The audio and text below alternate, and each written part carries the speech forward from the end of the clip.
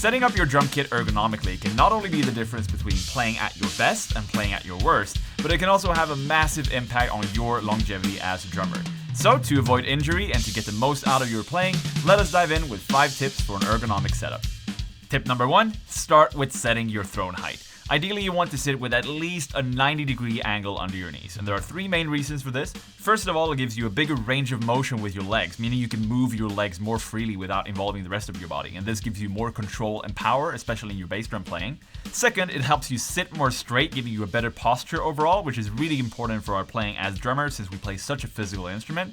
And third, it saves your lower back from a lot of stress and pressure by letting you use your legs without support and tension from your back. So if you feel like you're having lower back issues a lot, chances are you're sitting too low.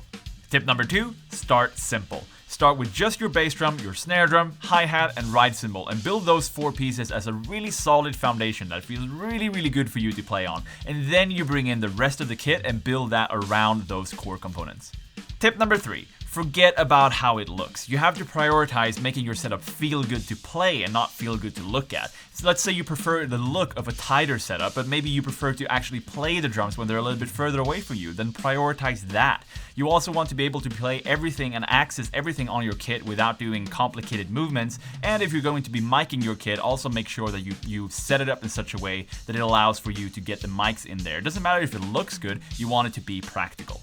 Tip number 4, adjust your angles. When it comes to crashing cymbals, you want to make sure you always hit the cymbal with this angle of your stick relative to the cymbal itself. So depending on the way you play, you might need to tilt your cymbals accordingly. Let's say you like to play more from above and down, then it could be a good idea to have your cymbals tilted flat, or maybe even tilted away from you. Or if you're hitting your cymbals more from in front or more from below, you might want to raise them up a bit and have them more tilted towards you. Same thing goes for toms. If you find yourself hitting the rims of your toms all the time, consider lowering them a little bit or angling them a bit towards you to help alleviate that.